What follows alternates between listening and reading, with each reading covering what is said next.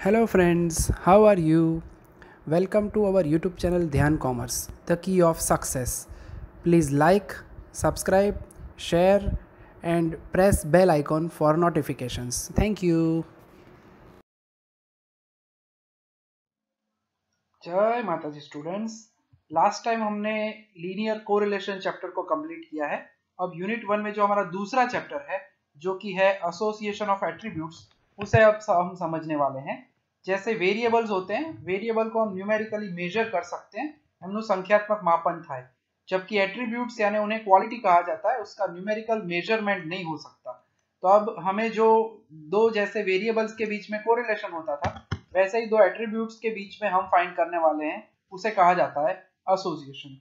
तो सबसे पहले हम उसका मीनिंग समझ लेते हैं और उसमें भी पहले हम एट्रीब्यूट्स का मीनिंग समझेंगे। एसोसिएशन ऑफ एट्रीब्यूट्स का मीनिंग तो है वो कोरिलेशन से ही कनेक्टेड है, इसकी इंडिपेंडेंट डेफिनेशन नहीं दी गई है।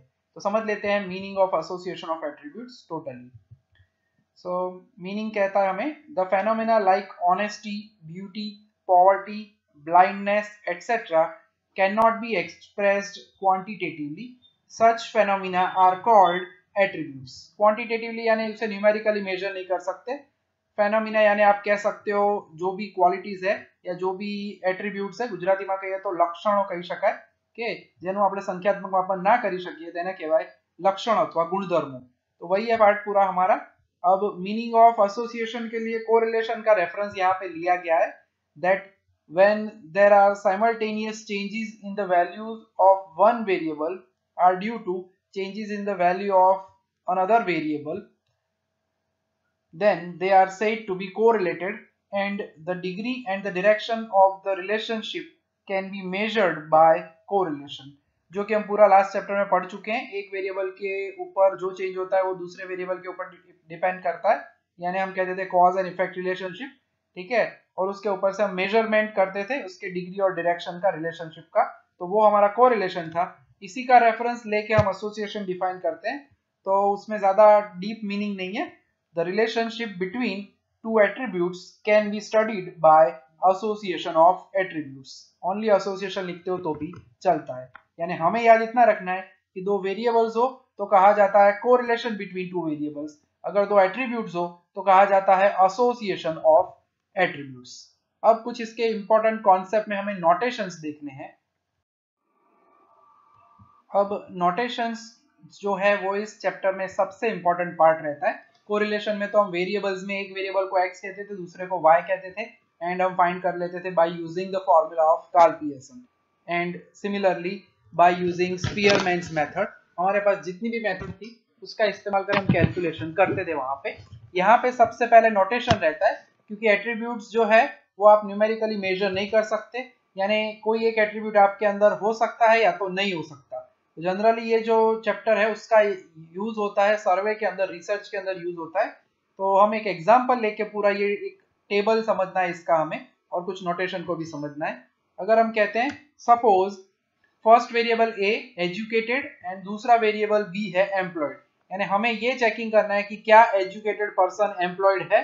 तो जब भी हम रिसर्च के लिए, सर्वे के लिए जाते हैं किसी भी घर में, या तो हम उन्हें पूछेंगे आर यू एजुकेटेड, तो अगर वो एजुकेटेड है तो वो यस कहेंगे, और अगर एजुकेटेड नहीं है तो दूसरा ऑप्शन। यानी हमें याद रखना है जो हमारे मेन एट्रीब्यूट्स है उन्हें हम ए एंड बी कहेंगे, उसके ऑपोजिट एट्रीब्यूट्स भी अवेलेबल होते हैं।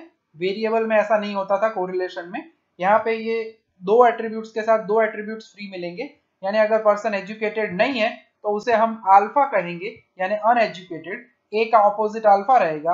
अगर बी एम्प्लॉयड है तो बी का ऑपोजिट रहेगा बीटा, जिसे हम कहेंगे अनएम्प्लॉयड।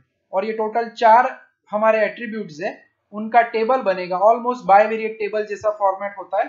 तो उस टेबल को समझने के लिए हम यहाँ पे कुछ फॉर्मेट समझ लें, जिसे 2x2 कंटीजेंसी टेबल कहा जाता है या 9 स्क्वायर टेबल कहा जाता है। तो उसके अंदर हम एट्रीब्यूट्स की पेयर्स को कुछ इस तरह से लिखते हैं। एजुकेटेड यानी ए, हम पहले यहाँ पे नाम लिख रहा हूं मैं एजुकेटेड, अदरवाइज एग्जाम्पल में हम खाली ए लिखेंगे, उसके नीचे हम लिखने वाले हैं अनएजुकेटेड अल्फा। सिमिलरली ऊपर वाले हिस्से में हम लिखेंगे एम्प्लॉयड यानी बी, और साथ में दूसरा एट्रीब्यूट होगा अनएम्प्लॉयड यानी बीटा। पहली बार इसलिए मैं एट्रीब्यूट्स के नाम के साथ लिख रहा हूं। और फिर बीच में जो है यहाँ पे ए एंड बी दोनों मिलते हैं, इसे कहा जाता है फ्रीक्वेंसी ऑफ ए बी। जो ब्रैकेट है काउंस चैन आवृत्ति समझे, फ्रीक्वेंसी ऑफ ए बी। आपको याद ही होगा लास्ट में कोरिलेशन में बाइवेरिएट टेबल में हम ब्रैकेट में नंबर लिखते थे, तो कॉन्सेप्ट जो है वो कंटिन्यू रह सकता है, आप ऐसा समझ सकते हो। फिर उसी तरह से बाजू में पड़ोस में ए एंड बीटा साथ में है, उसका मीनिंग क्या होगा, ए बी यानी educated and employed persons, number of educated and employed persons. A beta with bracket यानी बोला जाता है फ्रीक्वेंसी ऑफ ए बीटा यानी एजुकेटेड एंड अनएम्प्लॉयड पर्सन्स। जब विदाउट ब्रैकेट लिखते हैं तो वो एक एट्रीब्यूट होता है, लक्षण कहवाए, बट विद ब्रैकेट लिखो तो कितने लोग एजुकेटेड एंड अनएम्प्लॉयड है तो वो यहाँ पे हम टेबल के अंदर लिखेंगे। यानी ये जो 9 स्क्वायर टेबल है, 2x2 कंटीजेंसी टेबल है, वो यूज होता है हर एक एग्जाम्पल के अंदर, ठीक है। उसी तरह से अगर मैं नीचे कहूं तो अनएजुकेटेड एंड एम्प्लॉयड कितने पर्सन है, तो अल्फा बी की frequency of alpha B, similarly frequency of alpha beta. यानी नोटेशन ब्रैकेट के साथ लिखा जाए तब वो फ्रीक्वेंसी बन जाता है। अब सामने की साइड पे जैसे बाइवेरिएट टेबल में आपको याद होगा हम टोटल करते थे, एजुकेटेड के एग्जैक्टली सामने आएगा frequency of educated person, total educated person लिखेंगे। उसी तरह से टोटल अनएजुकेटेड पर्सन लिखेंगे, उसी तरह से टोटल एम्प्लॉयड पर्संस लिखेंगे और टोटल अनएम्प्लॉयड पर्संस भी लिखेंगे। और कैपिटल एन जो हमें यहाँ पे मिलता है, कैपिटल एन है, उसे कहा जाता है टोटल फ्रीक्वेंसी। अब as you can see that हम यहाँ पे ब्रैकेट नहीं कर रहे हैं एन के आजू बाजू, क्योंकि कैपिटल एन जो है वो कोई एट्रीब्यूट नहीं है, वो एक नंबर है। ओवरऑल कितने लोगों का सर्वे किया गया, 500 लोगों का सर्वे किया गया, तो कैपिटल एन 500 होगा, जिसमें से कुछ एजुकेटेड हो सकते हैं, कुछ अनएजुकेटेड, कुछ एम्प्लॉयड, कुछ अनएम्प्लॉयड। तो वो हम एग्जाम्पल में अभी देखने वाले हैं, ये टेबल समझने के बाद में, ठीक है। तो नोटेशन का पार्ट है वो मैं एक और सेंटेंस में आपको समझा दूंगा अभी।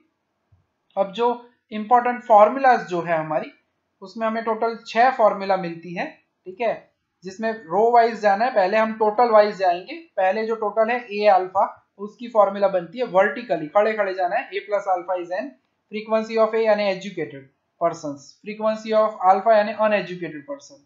लोग या तो एजुकेटेड होंगे या तो अनएजुकेटेड, दोनों को मिलाओ तो कैपिटल एन मिलेगा। उसी तरह से दूसरे टोटल के ऊपर से दूसरी formula B plus beta is N. उसी तरह से तीसरी फॉर्मूला आप रो में जाएंगे, एजुकेटेड वाली रो में, first row, A B plus A beta A. In short आप टोटल कर सकते हो, आपको फॉर्मूला मिलेगी, इसका इस्तेमाल हमें करना है। Alpha B plus alpha beta is alpha. अब वर्टिकली आएंगे, एम्प्लॉयड वाली कॉलम कह सकते हैं, A B plus alpha B is B. खास ध्यान रखना है, थर्ड फॉर्मूला में कॉमन जो एट्रीब्यूट है दोनों में वो लिख रहे हैं राइट साइड पे, फोर्थ में भी कॉमन है वो राइट साइड में लिख रहे हैं, फिफ्थ में भी जो कॉमन है फ्रीक्वेंसी ऑफ बी वही राइट साइड में लिखा जा रहा है, और सिक्स्थ में भी वैसे ही है, ए बीटा प्लस अल्फा बीटा, दोनों में कॉमन है बीटा, तो वो आप लिख सकते हो बीटा। टेबल के ऊपर से भी आप ये हिस्सा समझ सकते हो। तो पूरे चैप्टर में हमें ये नोटेशंस की जरूरत खास पड़ने वाली है। एंड खास जो मैंने पहले ही कहा, फ्रीक्वेंसी ऑफ ए कहा जाता है, हियर ब्रैकेट के अंदर ए यानी उसे बोला जाता है frequency of A, that means number of educated persons. ये लास्ट में एक हिस्सा मैंने समझाया ताकि आपको याद रहे कि विद ब्रैकेट लिखा जाए तो उसे हम क्या कहते हैं, फ्रीक्वेंसी, ठीक है। तो अब हम एक एग्जांपल देखेंगे। तो meaning of association of attributes and उसके इंपॉर्टेंट नोटेशन समझने के बाद अब हमें जो सम के अंदर पहला पार्ट करना है वो जो है वो है consistency of the data.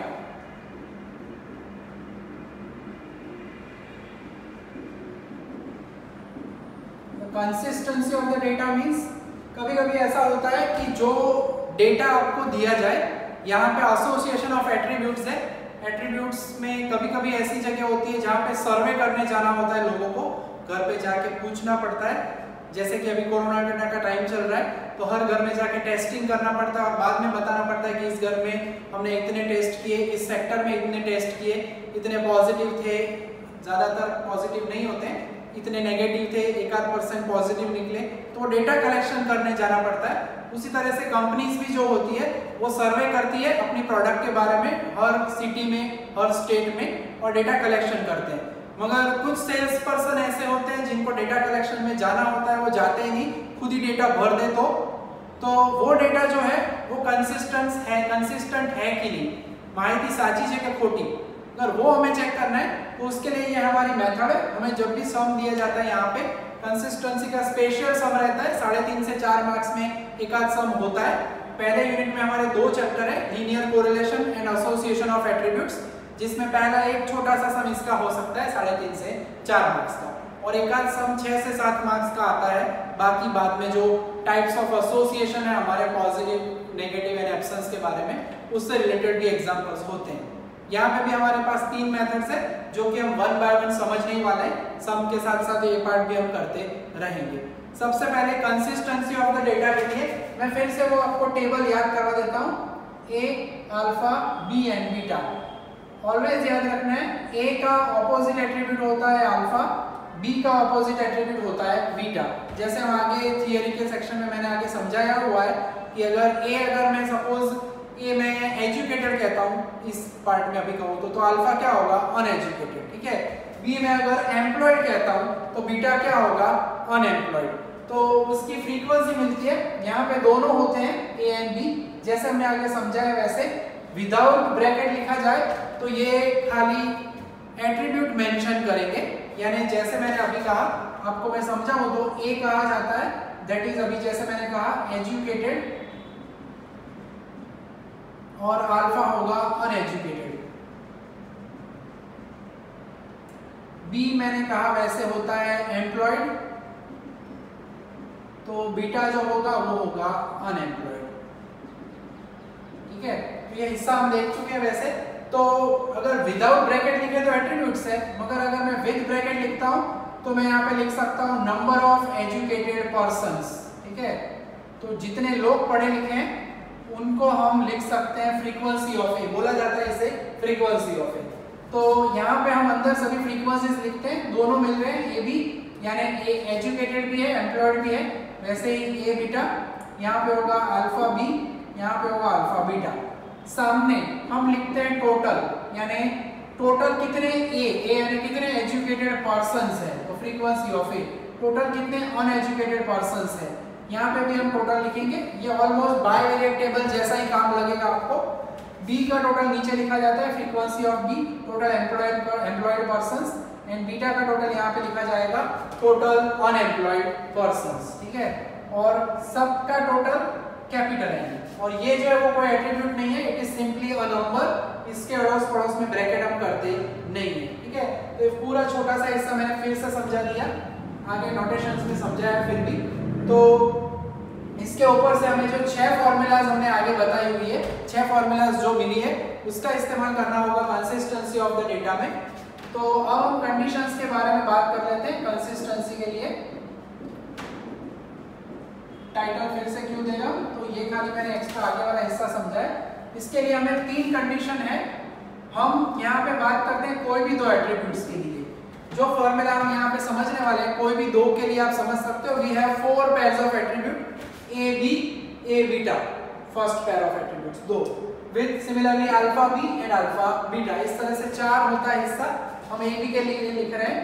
Condition हमें दी गई है, पहला तो फ्रीक्वेंसी ऑफ ए बी। यहाँ पे जो भी डेटा है वो नंबर ऑफ पर्सन्स का है, एंड पर्सन्स यानी कभी वो माइनस में होंगे नहीं।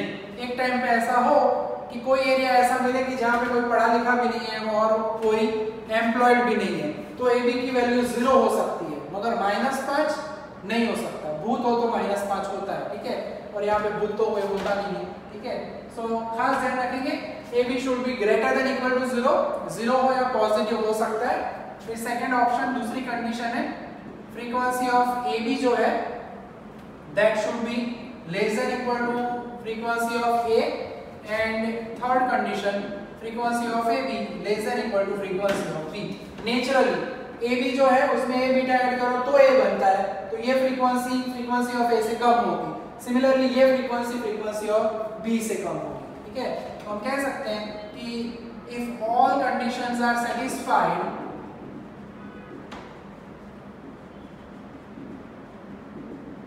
then the data is consistent,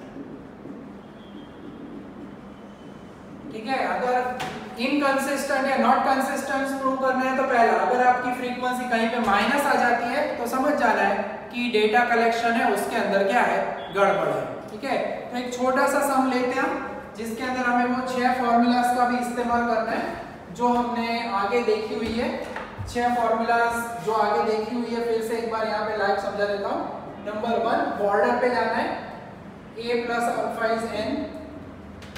number 2 दूसरी बॉर्डर पे जाना है b plus beta is n। Logically अगर कहो तो a यानी एजुकेटेड, अल्फा यानी uneducated. Either person can be educated और अनएजुकेटेड, या तो आप पढ़े लिखे हो या तो आप नहीं हो, उन टाइप के दोनों लोगों को मिक्स करो तो टोटल नंबर ऑफ पर्संस मिलते हैं। ठीक है, उसी तरह से हमें रो वाइज टोटल करना है। A B, A beta,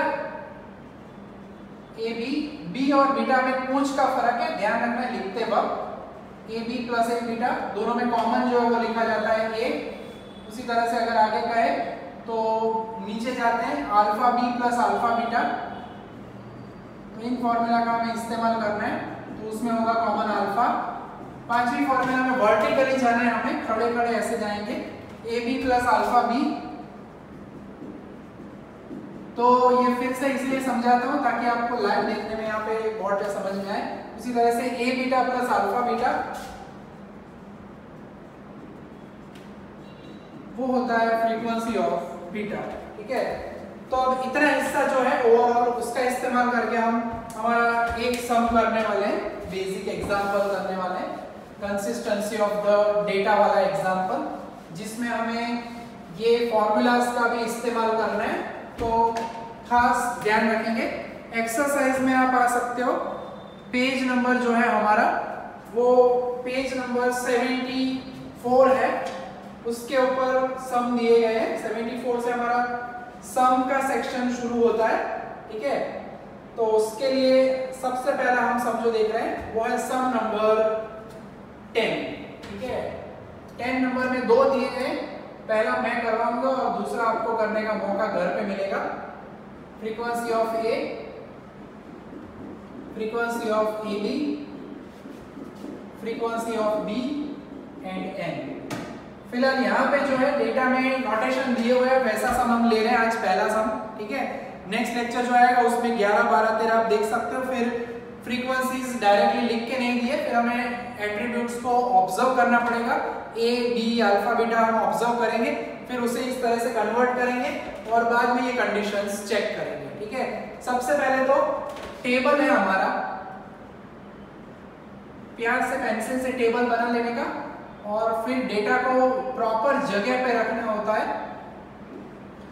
A alpha B beta, border पे पहले टोटल लिख देना है। अभी अभी आगे मैंने समझाया ये पूरा, अब आपको लॉजिकली सोचना है। ए यानी फ्रीक्वेंसी ऑफ ए, कोई भी सिंगल एट्रीब्यूट है उसकी फ्रीक्वेंसी हमेशा बॉर्डर पे आती है। दो एट्रीब्यूट्स दिए गए अंदर तो वो बीच में आएगा, तो फ्रीक्वेंसी ऑफ ए कहां पे होगा? एग्जैक्टली ए के सामने, तो वो क्या होगा? 200। ठीक है, हम क्या करेंगे? पेंसिल से राउंड करेंगे जो डेटा हमें दिया गया है। बाकी की वैल्यू जो है हम by using this 6 formula calculate करेंगे, सीधा लिखना नहीं है, हमें पता है वो हम लिख सकते हैं। फिर भी फ्रीक्वेंसी ऑफ ए बी, जहां ए एंड बी दोनों मिले, ए बी दोनों यहां मिले ए बी, तो यहां पे होगा फ्रीक्वेंसी 125। सर्कल करना है। अब मुझे पता है आपको ये क्लियरली दिख रहा है 125 plus something is equal to 200, मगर कंसिस्टेंसी वाला जब सम दिया जाता है 3.5-4 मार्क्स में, तब टेबल को कंप्लीट करने के लिए ये फॉर्मूला का इस्तेमाल करना जरूरी होता है। तो वो हम पहले अभी लिखने वाले नहीं है, वैल्यू टैली कर सकते हैं, मगर calculation by using this formula हमें दिखाना पड़ता है। ठीक है, तो थोड़ा सा ध्यान रखना है। कोरिलेशन आप आगे पढ़ चुके हो, बिटवीन टू वेरिएबल्स। कोरिलेशन आप आगे पढ़ चुके हो, कोरिलेशन आप आगे पढ़ चुके हो बिटवीन टू वेरिएबल्स। मगर एसोसिएशन जो है उसमें दो एट्रीब्यूट्स मेन होते हैं, उसके साथ ऑपोजिट एट्रीब्यूट्स भी आ जाते हैं, तो थोड़ा सा ध्यान रखना है। कॉन्सेप्ट नया है। एसोसिएशन वैसे ही होगा जैसे पॉजिटिव कोरिलेशन, नेगेटिव कोरिलेशन होता था, वैसे ही। ठीक है, तो थोड़ा सा ये ध्यान रखेंगे। अब तीसरी वैल्यू दी है फ्रीक्वेंसी ऑफ बी, बी की फ्रीक्वेंसी यानी 250। लास्ट में एन दिया गया है, एन यानी राइट साइड कॉर्नर पे लिखा जाता है। एक दो सम के बाद पैटर्न फिट हो जाएगी दिमाग में, तब प्रॉब्लम होता नहीं है। अब कैलकुलेशन शुरू कहां से करेंगे? सबसे पहले बॉर्डर वाली, यानी ये पहली दो फॉर्मूला है वही हम यूज करते हैं। पहली कैलकुलेशन मुझे पता है कि हम सीधा भी लिख सकते हैं, मुझे भी आता है कि 200 में क्या ऐड करो तो 600 मिलेगा, मगर मार्क्स 3.5 से लेके 4 मार्क्स है, तो टेबल के बाद मैं सीधा लिख दूं कंसिस्टेंट तो 3.5-4 मार्क्स मिलते नहीं है। ठीक है, तो खास ध्यान रखना है, ए यानी 200 लिख के बताना पड़ता है और जताना भी पड़ता है कि हाँ हमें माइनस करना भी आता है। 600 माइनस 200 अगर ये नहीं लिखना है तो इट इज ओके, मगर हम तो लिखेंगे। ठीक है, तो पहली कैलकुलेशन हो गई और जो आंसर आ रहा है वो हम लिख देते हैं उसकी जगह। मैं अलग कलर यूज कर रहा हूँ ताकि आपको पता चले कि ये हमने ढूंढा है ब्लू कलर से। अगर आपके पास तो एक ब्लू ही पेन होती है तो आपको क्या करना चाहिए, जो मैंने किया वो पेंसिल से सर्कल करो ताकि पता चले कि ये जो सर्कल वाला है ओरिजिनल फॉर्मूला में दिया गया है। अब सेकंड कैलकुलेशन मैं करने वाला हूँ। ठीक है, तो सेकंड कैलकुलेशन के लिए हमें फॉर्मूला यूज करनी है दूसरी। ठीक है, मैं फॉर्मूला यहाँ पे रख रहा हूँ, वैसे आपको देखने की जरूरत नहीं, यहाँ पे खड़े रहने का। ऊपर क्या है बी, खड़े रहो, ऊपर क्या है बीटा, खड़े रहो, कुछ नहीं है यानी कैपिटल है, ध्यान रखना है इतना। B plus beta, frequency of B with bracket लिखना है खास कैपिटल है। कैपिटल एन में ब्रैकेट हम लिखते नहीं है। बी है 250 plus beta is equal to 600। So frequency of beta is 600 minus 250, so वो होगा 350। ठीक है, यानी 1 बाय 1 एक एक फ्रीक्वेंसी ढूंढते जाना है और एक एक फ्रीक्वेंसी लिखते जाना है। ठीक है, तो ये 350 हो गया। अब आगे बढ़ते हैं। ठीक है, नेक्स्ट फ्रीक्वेंसीज के लिए अब हमें देख सकते हैं हम नेचुरली, मैं इसको हटा रहा हूं, डायरेक्ट फॉर्मूला हम लिखने वाले। तो अब ये बॉर्डर तो खत्म हो गया, 125 है, ये वैल्यू हमें ढूंढनी है। रो में जाएंगे, यानी रो में A B, A beta frequency of A, यानी तीसरी calculation A B plus A beta. Common आपको फॉर्मूला में समझ में ना आए तो यहाँ पे देखने का, दोनों में कॉमन क्या है ए, और ए बी की वैल्यू है 125 plus A beta is 200। So A beta will be 200 minus 125 यानी 75। सीधा आप लिख सकते हो, मैंने कहा वैसे ये स्टेप बीच वाला 200 माइनस वाला नहीं लिखना है तो चलेगा, मगर फिलहाल अभी लिखना तो क्या है आगे के पार्ट में ये कहीं हेल्प करेगा लिखने वाला पार्ट। तो 75। ठीक है, अब हम वर्टिकली जाएंगे। वर्टिकली यानी ए की वैल्यू और ए की वैल्यू बाकी है। अगर सभी के सभी पॉजिटिव आ जाते हैं तो हम कहेंगे कि डेटा कंसिस्टेंट है। अगर कोई भी एक आध वैल्यू नेगेटिव मिलती है तो हम कहेंगे डेटा इज नॉट कंसिस्टेंट या इनकंसिस्टेंट। तो अब वर्टिकली जाना है। चौथी कैलकुलेशन के लिए खड़े खड़े जाते हैं। यहाँ पे ए बी, यहाँ पे अल्फा एंड बी, आपको टैली ऐसा ही करना है। खड़े रहने का चेक करो 2 एट्रीब्यूट, खड़े रहने का चेक करो 2 एट्रीब्यूट, यानी A B plus alpha B is frequency of B. ठीक है, तो 125 plus alpha B is equal to 250। So 250 minus 125 is nothing but 125। And अब जो है हमारे पास दो ऑप्शन रहेंगे कि आखिरी कैलकुलेशन में या तो मैं रो में जा सकता हूं या तो मैं कॉलम में जा सकता हूं। ठीक है, कैसे भी करोगे। पांचवी लास्ट कैलकुलेशन हमारी यहीं से खत्म हो जाएगी। हम रो में जाते हैं, यानी अल्फा बी, खड़े रहने का alpha B plus alpha beta, simple observation करना है, रटना नहीं है, is alpha. So 125 plus alpha beta is 400। So 400 minus 125. So alpha beta की फ्रीक्वेंसी जो है वो क्या होगी 275। ओके, तो इन शॉर्ट हम देख सकते हैं कि ये वैल्यू हमें क्या मिली 275। सभी के सभी वैल्यूज कैसी है पॉजिटिव, सभी पॉजिटिव मिल जाए टेबल में तो हम नेचुरली कह सकते हैं that the data is consistent. मगर हमें कंडीशन चेक करनी पड़ेगी। हम चेक करेंगे फॉर ए एंड बी। हमेशा कोई एक पेयर के लिए चेक कर लेते हो, वन पेयर ऑफ एट्रीब्यूट तो चल जाता है। हमारे पास डेटा क्या है, frequency of A B 125, frequency of A 200, frequency of B 250। तो first condition A B is naturally, आप देख सकते हो यहाँ पे इसलिए लिखा है इट इज ग्रेटर देन 0, आपके लिए लिख सकता हूँ 125 greater than 0।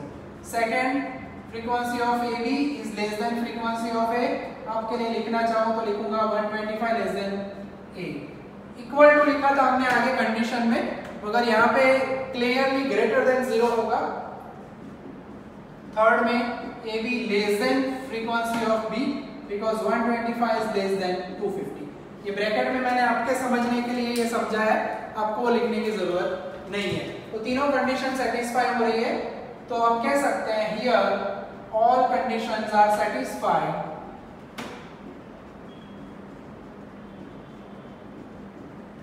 so the data is consistent। okay? अब अगर आप क्वेश्चन में देखते हो तो क्वेश्चन में उन्होंने पूछा है कि is there any inconsistency in the data. ठीक है, क्वेश्चन में वो ऐसा कह चुके हैं कि क्या कोई इनकंसिस्टेंसी है, तो आंसर मुझे उस तरह से लिखना है। मैंने नॉर्मल आंसर समझा है, यहां पे हम क्या कहेंगे, देयर इजंट एनी, क्वेश्चन का पार्ट था इनकंसिस्टेंसी, क्या डेटा में गड़बड़ है, तो हम क्या कहेंगे no there isn't any inconsistency. ठीक है, तो अगर क्वेश्चन के हिसाब से आंसर लिखना है तो हम लिखेंगे no there isn't any inconsistency. Okay, तो डेटा के अंदर कोई इनकंसिस्टेंसी नहीं है, तो ये होगा हमारा पहला आंसर। ठीक है, तो आज का थियरी का छोटा सा सेक्शन हो गया और एक एग्जांपल हमने ऑब्जर्व कर लिया है। होमवर्क में आपको एक छोटा सा सम करना है 10 का सेकंड वन, इसके जैसा ही ऑलमोस्ट सब कुछ दिया गया है, ए है, ए बी है, बी है, इसी फॉर्मेट में आप कैलकुलेशन कर पाओगे और आंसर भी आपको देखने को मिलेगा यही होगा। ठीक है, अगर ऐसा ना पूछा जाता कि इज देयर एनी इनकंसिस्टेंसी, तो हम क्या लिखते, डेटा इज कंसिस्टेंट, આનો मतलब પણ એક થશે, no there isn't any inconsistency means यहाँ पे नो, यहाँ पे कोई गड़बड़ नहीं है, डेटा कैसा है, ओके है, कंसिस्टेंट है। ठीक है, क्वेश्चन के हिसाब से मैंने आंसर लिखा है। तो यहाँ तक रखेंगे हमारे इस चैप्टर के पहले लेक्चर में। रेडी करिए कामकाज। जय माता जी, थैंक यू।